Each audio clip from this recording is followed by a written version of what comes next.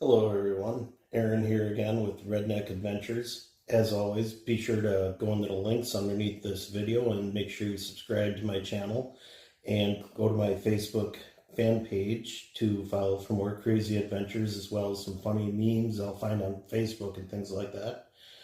But anyways, for today, going to take a little more serious tone as to what's been happening here lately and why you haven't seen any videos from me in a couple days.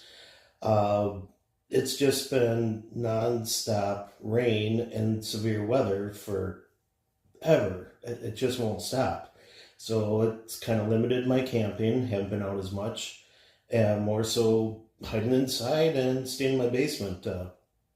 Yesterday was just heavy rain, so I knew it was just too much that I couldn't even go storm chasing, give you any good video or anything like that, because it just all happened right as it was starting to get dark out and I had too much heavy rain in the way, so I couldn't go storm chasing. But stick around till the end of this video and I'll show you some of the new toy that I got, the video Ring doorbell. And now from the comfort of inside even, I can enjoy all those spring frogs that I showed you in the previous video. I can just listen to that right next to my bed and relax. And I'll attach the video of that from my doorbell at the end of tonight so you can see that I get to enjoy that just from the comfort of my bed and maybe even fall asleep to it if I'm lucky. But anyways, what happened here yesterday was that we had a whole bunch of severe weather that lasted for several hours, including tornadoes, and there were multiple tornadoes. And I had 10 years of storm chasing, I've seen this over and over again, that every time there's severe weather, someone complains on the TV meteorologist Facebook pages where they say, "Oh my God, turn off the weather, get out of my way, you're blocking my sports, put the sports back on, we don't care about your stupid weather, put the sports back." No, think about priority. What's more important? Really, I shouldn't have to say this, but severe weather is obviously more important than your sports. There's people's lives being impacted by it. We had tornadoes and severe thunderstorms yesterday, and multiple ones even touched down on the ground and destroyed cities and parts of other villages, and houses were destroyed and people were injured. It's just, no, that is way more important to pay attention to than your sports. I'm even going to attach some screenshots to the end of this. You can see exactly what I was talking about with people commenting on Facebook for the TV meteorologists that they're mad that their sports was interrupted for the weather warnings that they're putting out instead. And in fact, I'll show you. Watch this.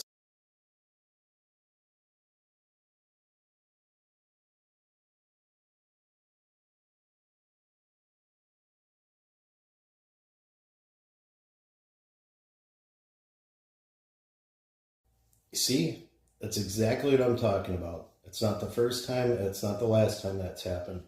Every time there's severe weather that happens during a sporting event, there's people out there that got to complain that their sports was interrupted by severe weather.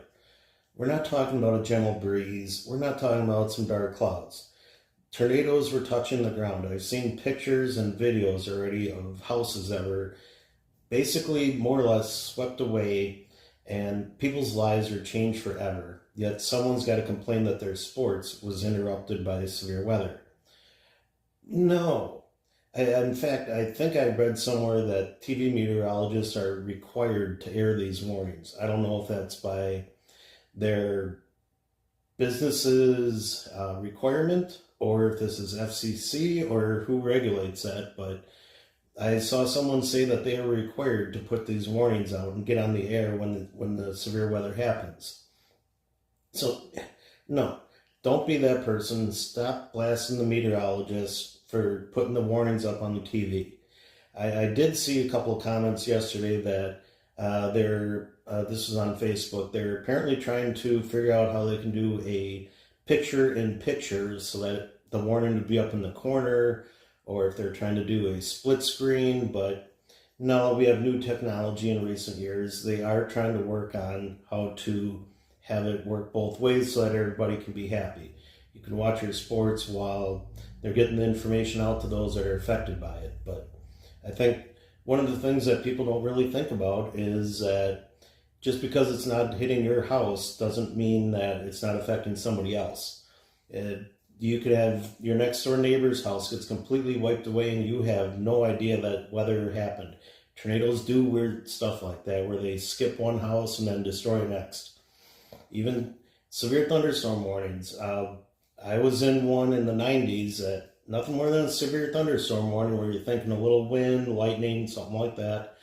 But the winds were recorded at 5 miles an hour, 3 miles from my house.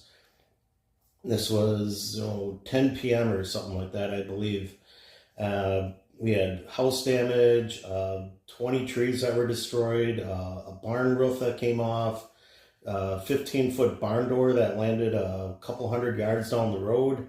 So, I mean, you're talking about a several hundred-pound barn door that was airborne over a neighbor's house and landed in the field. That was just a severe thunderstorm warning. And in fact, if you read some of the wording on the text message or the text from the severe thunderstorm warning, a lot of them will say down at the bottom what the threat is. 60, 70 mile an hour winds, 1-inch hail, 3-inch hail, whatever. Or at the bottom, it'll also say tornado possible if they think there's potential for a tornado to be embedded in that severe thunderstorm warning. So it's not just a little bit of wind or small hail or something like that. It could be 100 plus mile an hour winds. It could be a tornado.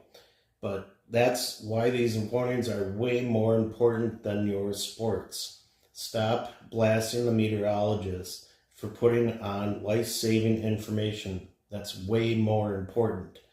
Anyways, that's the end of my rant, but like I said, stick around at the end and watch this new video from my doorbell video camera that I just got, where now I can enjoy the peace and quiet of the spring or frogs that are just hanging out in my backyard and give me a sound every night. And now that I see it's getting a little more warm out and more humid, I'm starting to see more fireflies. And I've seen what the night mode is on my camera, so I'm pretty sure I'm going to be able to get some decent firefly pictures and video out on there as well to show you if you don't have them where you're at. So anyways, check out the video after this, and like I said before, make sure you subscribe to my channel, follow it for more, and click on the Facebook link and follow my fan page as well for other shenanigans outside of video. Alright, take care, bye.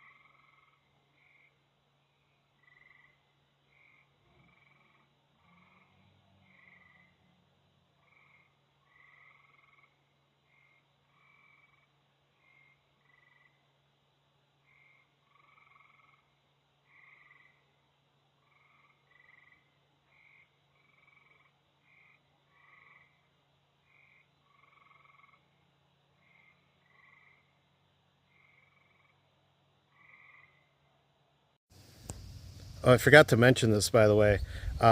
So the tent is, according to the instructions, supposed to withstand winds of 50 to 60 mile an hour plus winds. Yesterday, that was finally proven. So you can see the tent standing right behind me. And last night I was in a severe thunderstorm warning, and as you can see, the tent's still there. So right after this, I'll attach a screenshot of what happened yesterday that the tent managed to survive. So I think it's safe to say I made a good choice with this one.